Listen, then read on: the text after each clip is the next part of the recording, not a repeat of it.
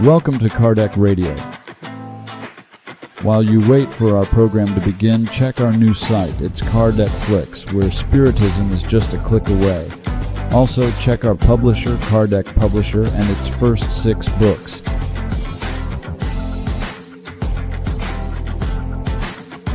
Each one is a journey to inner empowerment and love. Kardec Radio, where we nourish ourselves daily.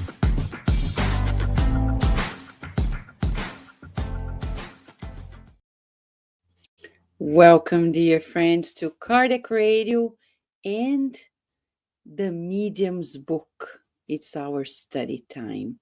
Only 30 minutes per week.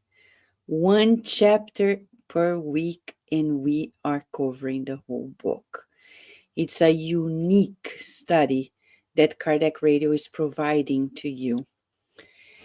And if you have questions, you can ask either live or on demand at kardecradio@gmail.com.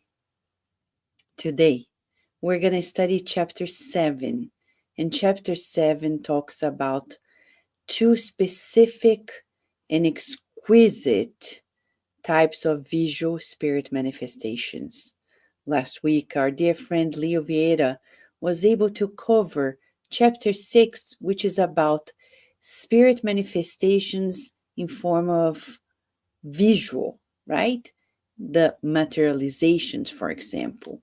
Today, we're going to talk about 2 very unique types of spirit manifestations through mediums, but the spirits themselves, they can either come as incarnates or discarnates. Hold on, I know you're interested, and let me share with you the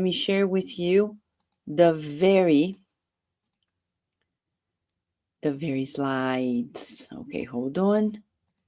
We are sharing with you the slides so we can study together.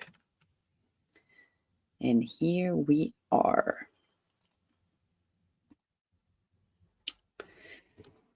So, the Medium's book is an essential book for those who want to study about mediumship.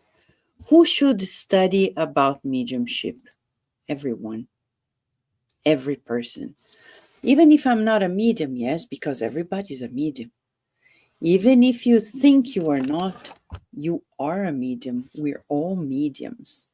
And we're going to learn here in the Medium's book how it happens. It's all natural. As Kardec said in the first chapters, this is not extraordinary. It's in the laws of nature. And one day, our universities are going to study it. So if you're studying it today, you are ahead of humankind's progress. All right? So let us continue and see what we have in this phenomenal book. Kardec divided the group in 2 parts, the book. Part 1, his preliminary observations. Part 2, spirit manifestations. And in part 1, he has 4 chapters. Part 2, 32 chapters. We today are covering the 7th chapter of part 2. See how we're progressing? Yes, we're almost a quarter way of the second part of the book. And Kardec teaches us quite clearly. Let me just make this bigger for you so you can see it better. Okay, hold on. There you go.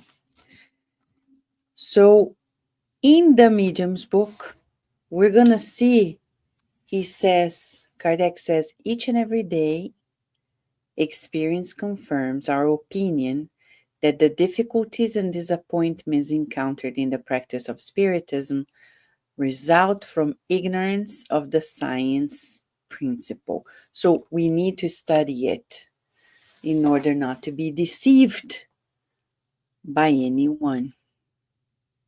Today, welcome to Chapter 7. It's about Bi-Corporeality and Transfiguration. These two, Kardec says, are varieties of visual manifestations. You know, when you talk about materialization of spirits, today we're going to specifically study two types of them. We studied these two knowing, as Kardec said, that the properties of the perispirit after death apply to the spirit of the living as well.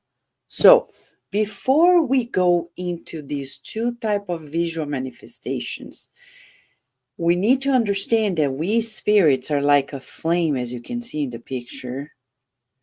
And we're going to learn here, okay, that the perispirit envelops the spirit and connects to the physical body. What's the difference between incarnates and discarnates? The incarnates have a physical body connected to the perispirit. And what is the difference between them and us? Simply the physical body, because the discarnate spirits have a spiritual body like we do, the perispirit, enveloping us as a spirit.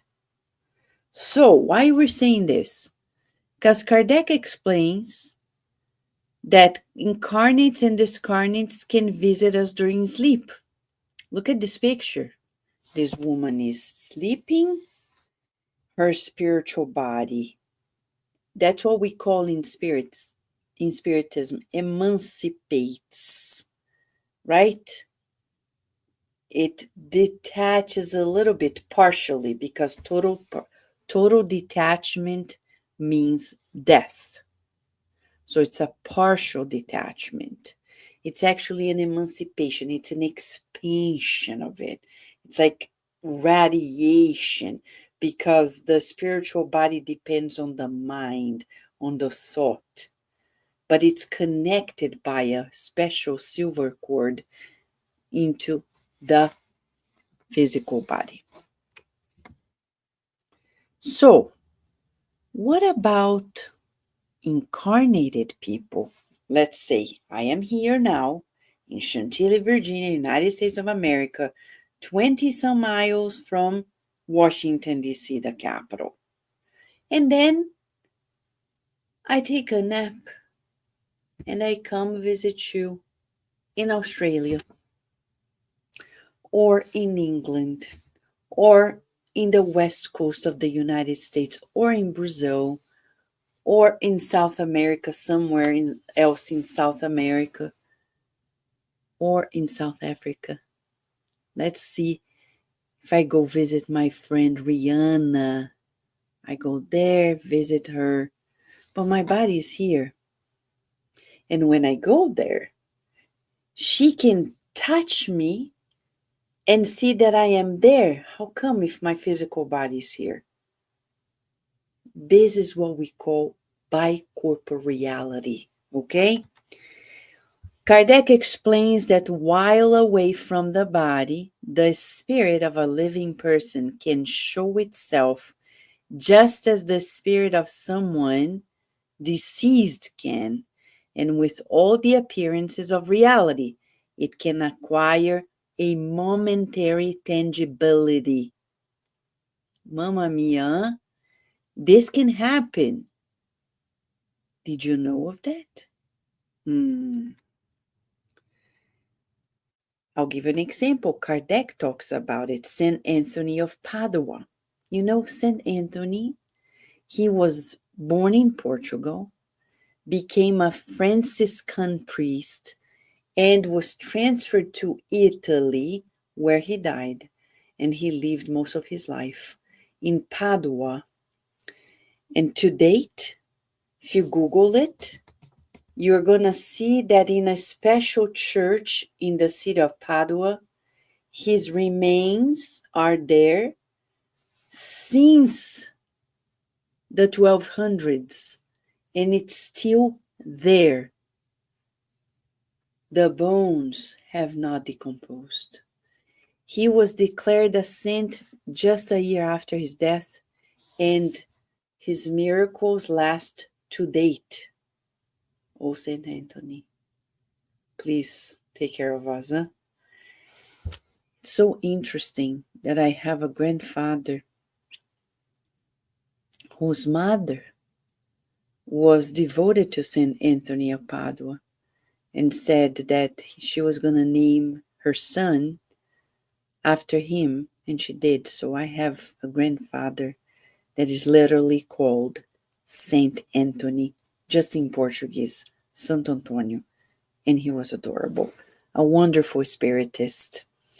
And I'm sharing this with you just so we know the personality we're talking about. He was a sweet, determined man. And at a critical time, people talk about so many events that happened with him, and especially when he gave a talk to the fish, and the fish came, as you can see in the picture, to see him as if they wanted to hear him. So you're not crazy when you're talking to your dog, to your cat, to your animals, to your plants, because they are living beings as well. But besides that, the case that Kardec reports in this book, the Medium's book, is a famous one that everybody knows of. While St. Anthony was away, his father was arrested, taken to court, and was about to receive a death sentence. St. Anthony showed up while in another country. He showed up as tangible as in the physical body. In the place where the father was at court, he defended the father, and he even said who the criminal was. And the criminal was found, arrested, and sentenced to death. St. Anthony was able, a medium, he was a medium of bi-corporeality. But Kardec then asks another high spirit, St. Adolphus, when this bi-corporeality happened? Does it happen to any one of us? Look at the picture.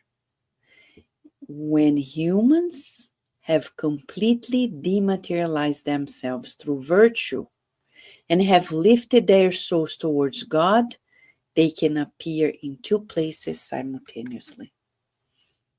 Do you think we're ready for this?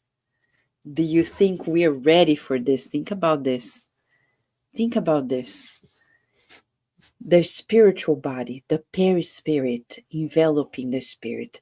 This spirit, the mind of this spirit, the feelings are so sublime, so virtuous, that they are able to project that spiritual body that enveloped them, radiating to another location and feeling itself tangible enough to be perceived by others as if it's a spirit materialization. But they are incarnated and their bodies are elsewhere. The bodies are in different locations. The body's here, and the projection of the perispirit is somewhere else. You think this is the only case? No. I'll give you a more recent case. The case of, some of you probably already guessed, right? And it is the case of Professor Euripides Barçanufo. A beautiful, beautiful spirit that we need to get to know more. That loves us so dearly. He's so devoted to Jesus, and he cares for so many of us. When he was incarnated in the end of the 19th century in Brazil, beginning of the 20th century in Brazil, he died in the Spanish flu in 1918. He was 38 years of age. He was so virtuous, so devoted to others, to education of children. He was devoted to healing the illness and ailments of people. He had his pharmacy. And at many times, he would be in his classroom and tell his students, who reported it, and it's registered in a documentary, that he would say, I would like you to stay still and wait for me. I need to do something. He would sit on his chair, close his eyes, project himself very spiritually somewhere else. And people say that he even performed. He helped women give birth because they didn't have a physician at hand in the city. And when somebody from the family came to his school or house, depending on the time, to say, can you please help? Somebody said they were already helped. He already went there, but his physical body was in another location. The sublimity of these accounts are immense for us. And we need to evaluate what we are capable of doing. So we need to understand, as Kardec says, the soul does not split itself in the literal sense of the word. Rather, it radiates in several directions and can manifest itself in many places without becoming fragmented, just as light can be reflected in several mirrors simultaneously. Got it? Are you thinking of Jesus? Me too. Imagine Jesus. He was able to help so many people at once, but people didn't have a reference to tell it, of course, right? Because he probably could be here in Nazareth and Capernaum doing things, and people wouldn't know exactly, because he was very discreet as well. He is the master. If this happened to Saint Anthony of Padua, to Euripides Barçanufo, make no mistake, it happened to Jesus. But the point here Kardec is making is we want to understand the mechanism of that mediumistic manifestation. Can someone awaken us during the time in which we are projected somewhere else? And the answer is fantastic. That would not happen, because if someone intended to awaken the person, his or her spirit would return to the body in anticipation, given that the spirit would have read the thought. Let me tell you something, a true case. Kardec begins this chapter, by the way, talking about true cases. One of the cases was of a woman, was of a man who didn't want to get married to anybody. And his family wanted him to match with a lady in another city. And then he started seeing this woman in his bedroom. And he didn't know who she was. A year later, he surrendered and told his family, you know what? I want to meet this lady. When she saw him, she couldn't believe his eyes, and he couldn't believe his eyes, because it's as if they knew each other. And they did. And they did. So, food for thought for us. If not by corporeality, which is the visual manifestation, think about every night. Where are we going every night? Are we visiting friends, family? Are we using our evenings, our nights for growth, progress, and treatment? Or are we just creating more karma for ourselves? It's possible. Andre Luiz explains that extensively in his books, especially the book In the Realms of Mediumship. Okay, let's go further and understand a little deeper about these types of manifestations.